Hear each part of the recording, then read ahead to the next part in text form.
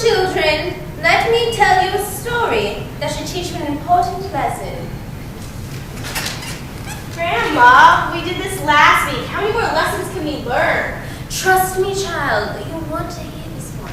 What book is it anyway?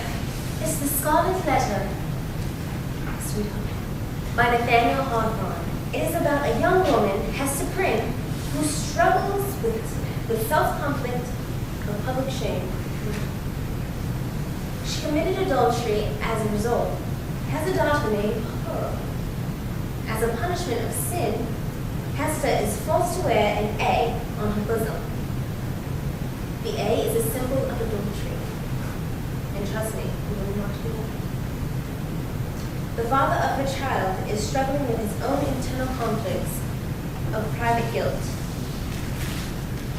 Keeping his secret as society praises him, although he is not forced to wear an A, but he has an A carved on his heart.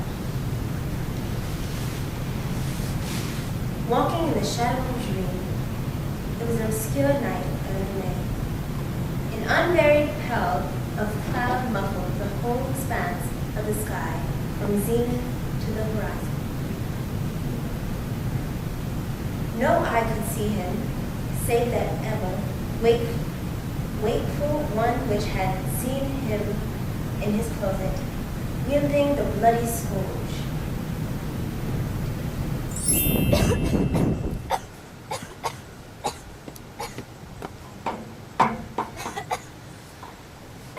It is done. The whole town will wake and find me here. He uncovered his eyes and looking about him at one of the chamber windows of Governor Billingham's mansion, which stood at some distance. On the other line of the street he beheld an appearance of an old magistrate himself. Dimmesdale sees a light walking down the road and hears footsteps. Dimmesdale panics. Good evening to you, Venerable Father Wilson. Come up hither, I pray you, and pass a pleasant hour with me. He was neither heard nor seen. He then recognized the tone of little Pearl.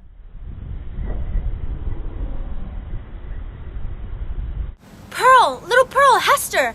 Hester Prynne, are you there? Yes, it is I, Hester Prynne. I am my little Pearl. What sent you hither? I have been watching at the death bed of Governor Winthrop to take measurements for his road. I am now going homeward to my dwelling. Come up hither, Hester, thou and thy little Pearl. Ye have both been here before, but I was not with you. Come up once again, and we shall stand all three together. Minister! What wouldst thou say, child? Wilt thou stand here tomorrow noontide? Nay, not so, my little Pearl, not so, my child. I shall indeed stand with thee another day, but not tomorrow.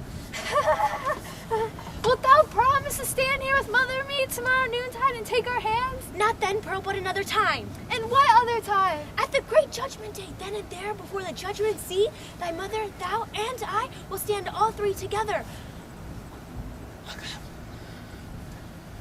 But the daily on this world shall not see our meeting. Before Dimmesdale was done speaking, a light gleamed and far and wide over the muffled sky. It was a meteor, a shape of an A. It symbolized the Scarlet Letter. Chillingworth, Hester's husband, seeks revenge on the father of Hester's child, Pearl, who has now set his eyes on Dimmesdale on the scaffold. Who is that man, Hester? I shiver him. Dost thou know the man? I hate him, Hester. I tell thee, I hate him. Canst thou do nothing for me? I have a nameless horror of the man. Minister, I can tell thee who he is. Quickly then, child. Quickly then, as low as thou canst whisper. Dost thou mock me now? That's not true, that's not bold, thou'st not take my hand and mother's hand tomorrow noontide. Worthy Sir Pious Master Dimmesdale, can this be you? Well, well indeed.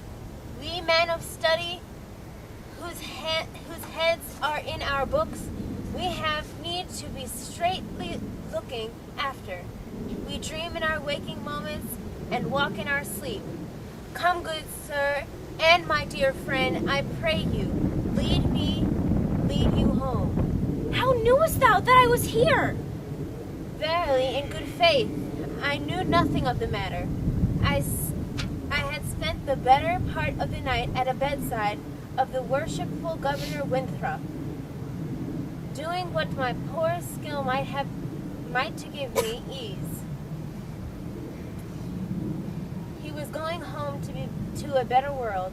I, likewise, was on my way homeward, and this strange light shone out. Come with me, I beseech you, Reverend Sir, else you will be poorly able to do Sabbath duty tomorrow. Aha! See now, how they trouble the brain, these books. You should study less, good sir, and take a little pastime, or these night whimsies will grow upon you. I will go home with you.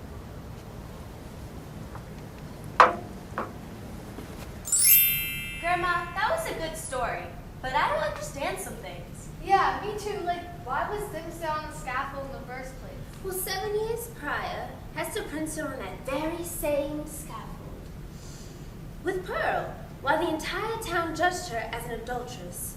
For all those years, Dimmesdale felt guilty because his own sin of adultery was eating him alive.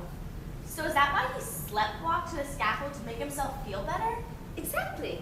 But if nobody suspected him as an adulterer, then why did he feel bad about it? Because the guilt was eating him alive. He could continue to be looked up as a role model when he knew he was a sinner. Oh, okay, now I understand. Wait, why was Dimmesdale covering his heart? Dimmesdale was covering his heart because he carved an A on his chest over his heart to punish himself. Nobody could see it, so why was he covering it? People looked at Hester, the only thing they saw was the A. If he revealed his sin, the A would define him.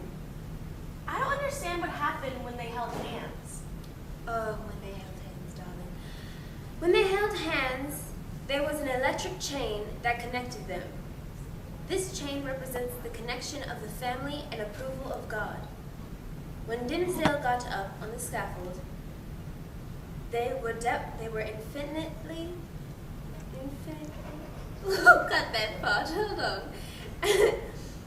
They were infinitely linked to one another. Oh, okay. And what was the, like, meteor in the sky? Oh, yes. The meteor was shaped like an A and burned bright red, just like the marks on Hester and Dimmesdale's chest.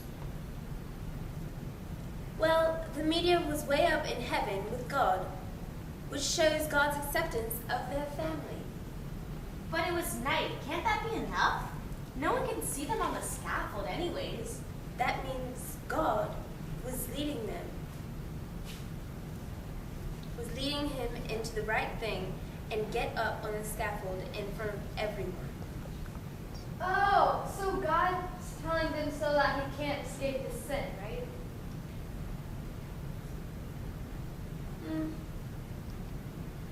Yes. Remember, child, God knows all secrets. Wait, Grandma, who was that creepy guy watching them? Oh, old Roger Chillingsworth. He is Hester's husband, and he had dedicated his life to finding and torturing Hester's partner in her adultery. Oh, is that why Dimmesdale was so, like, scared of him? Yes, darling. But Dimmesdale doesn't know what Chillingsworth would do to him. Chillingsworth acts as a friend to Dimmesdale, but only later to torture him and get revenge. When Dimmesdale saw Chillingsworth, he knew he has to confess his sin to avoid more pain caused by Chillingsworth. Wow, Grandma, that was a really powerful story. Yeah, I really like this one.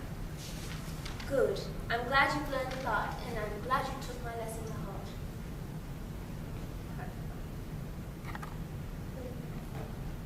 What have you learned? That public shame can be bad, but private guilt can be worse. And that you can decide to hide your sin from the public to prevent being judged, but you can't escape judgment because God always knows. And that the truth will set you free. Good job, ladies.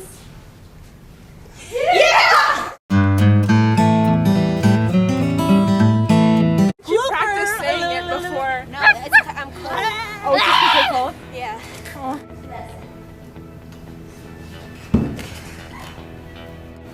Ready, sir? No. Hester, I shiver at him.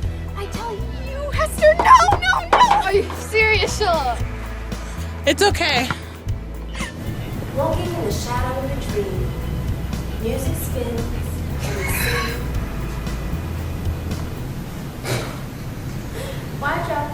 scene begins.